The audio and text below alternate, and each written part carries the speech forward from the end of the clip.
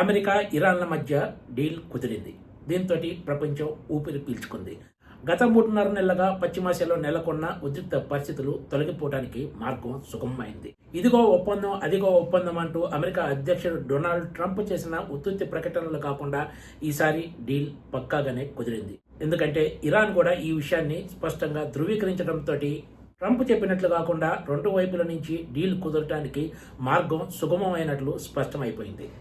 ఈ వార్తలు బయటకు వచ్చిన వెంటనే ప్రపంచవ్యాప్తంగా క్రూడ్ ధరలు తగ్గుముఖం పట్టాయి. మరోవైపు బంగారం, వెండి ధరలు పెరగటం స్టార్ట్ అయ్యాయి. అమెరికా ఇరాన్ల మధ్య కుదిరిన శాంతి ఒప్పందంలో ఖతార్ కీలక పాత్ర పోషించినట్లు పాకిస్తాన్ ప్రధాని షెహబాజ్ షరీఫ్ వెల్లడించారు. ఖతార్తో పాటు పలు కీలక దేశాలు కూడా ఈ ఒప్పందం కుదరడంలో కీలక పాత్ర పోషించాయన్నారు. డీల్ ఓకే కావడంతో ఎలాంటి సుంకాలు లేకుండా హార్ముజ్ జలసంధి నుంచి నౌకల రవాణాకు మార్గం సుగమం కానుంది. మరోవైపు అమెరికా కూడా వెంటనే ఇరాన్ ఓడర్ రేవుల్లో బ్లాకేడ్ను ఎత్తివేయడానికి నిర్ణయం తీసుకుంది. ఈ మేరకు అమెరికా అధ్యక్షుడు డొనాల్డ్ ట్రంప్ ఆదేశాలు కూడా జారీ చేశారు.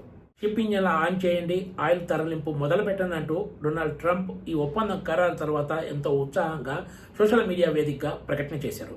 ఇరాన్ కూడా అమెరికాతో ఒప్పందం కుదిరిందని ప్రకటించడమే కాకుండా శత్రువును అంత ఈజీగా నమ్మడానికి లేదని తాము ఆచితూచి అడుగులు వేస్తామంటూ స్పష్టం చేసింది. ఈ నెల 19న స్విట్జర్లాండ్లో ఈ ఒప్పందంపై సంతకాలు చేయబోతున్నారు. ఎంఓయూపై సంతకాలు చేసిన తర్వాత అసలు రెండు దేశాల మధ్య కుదిరిన ఒప్పందానికి సంబంధించిన విషయాలు బహిర్గతం కాబోతున్నాయి. ఇప్పటికే కొన్ని విషయాలు బయటకు వచ్చినా కూడా అధికారికంగా అవి ధృవీకరణ కావాల్సి ఉంది.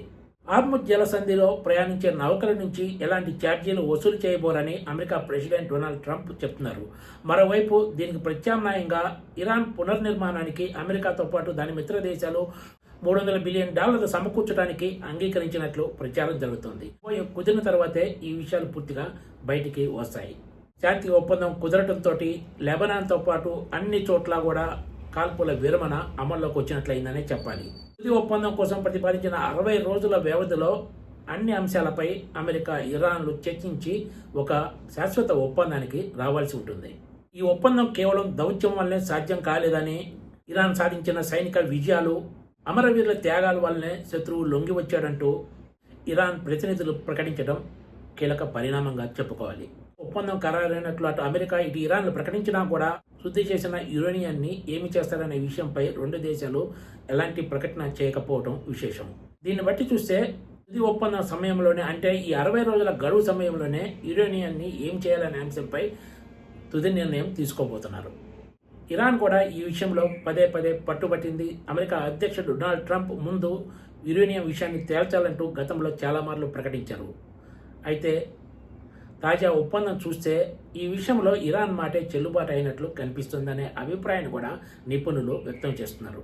ఎట్టకేలకు అమెరికా, ఇరాన్ల మధ్య శాంతి ఒప్పందం కుదరటంతో గల్ఫ్ దేశాలు ఊపిరి పీల్చుకున్నాయని చెప్పొచ్చు.